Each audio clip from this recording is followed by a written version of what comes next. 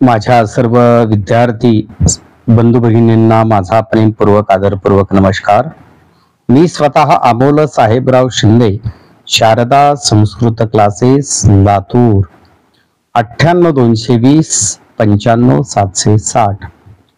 इयत्ता 8वीच्या वर्गासाठी जे नियुक्त केलेलं पुस्तक आहे त्या पुस्तकामध्ये आलेला पाठ क्रमांक 17 सुक्तीसुधा, त्यामध्ये आलेले श्लोकांचं उच्चारण नेमकं कशा पद्धतीनं करायचं या दृष्टिकोनातून आपल्या समोर सादर करतोय. सुक्तीसुधा. विद्वत्वं च नृपत्वं च नैव तुल्यं कदाचन, स्वदेशे पूज्यते राजा विद्वान् सर्वत्र पूज्यते. न भूतपूर्वं न कदापि वार्ता, हेम्नः कुरंगो न कदापि दृष्टः. तथापि तृष्णा रघुनन्दनस्य, विनाशकाले विपरीत बुद्धिः. अमन्त्रमक्षरं नास्ति, नास्ति मूलमनौषधम्. अयोग्यः पुरुषो नास्ति, योजकस्तत्र दुर्लभः. अतिदानात् बलिर्बद्धो, ह्यतिमानात् सुयोधनः. विनष्टो रावणो लौल्यात्, अति सर्वत्र वर्जयेत्.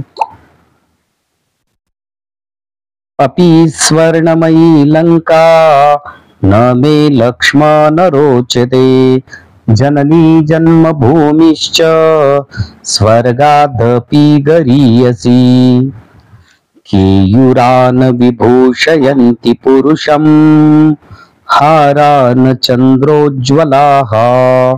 न स्नानं न विलेपनं न कुसुमं, नालङ्कृता मूर्धजाः. वान्नेका समलङ्करोति पुरुषं, या संस्कृता धार्यते. क्षीयन्ते खलु भूषणानि सततं, वाग्भूषणं भूषणम्. तर संस्कृत विषयामध्ये लिखाण आणि वाचन नेमकं कसं करायचं या बाबतीतलं ज्ञान आमच्या विद्यार्थी बंधू भगिनींना असणं अत्यंत आवश्यक आहे. श्लोकांचं उच्चारण आणि लेखन करत असताना संधियुक्तच लिखाण आणि वाचन करणं आवश्यक आहे. आणि श्लोक समजून घेताना किंवा श्लोकावर आधारित अन्वयार्थ लिहित असताना मात्र संधी विग्रह करून त्याचं लिखाण करून घेणं आवश्यक आहे. तर फक्त उच्चारण कशा पद्धतीनं करायचं या बाबतीतला हा भाग होता. या पुढील व्हिडिओमध्ये आपणास या सर्व सुक्तीसुधा या पाठातील सर्व श्लोकांमधील संधी विग्रह, त्या प्रत्येक शब्दांचा अर्थ, पूर्ण श्लोकांचा अर्थ काय होतो त्या बाबतीतलं आपल्याला ज्ञान मिळणार आहे.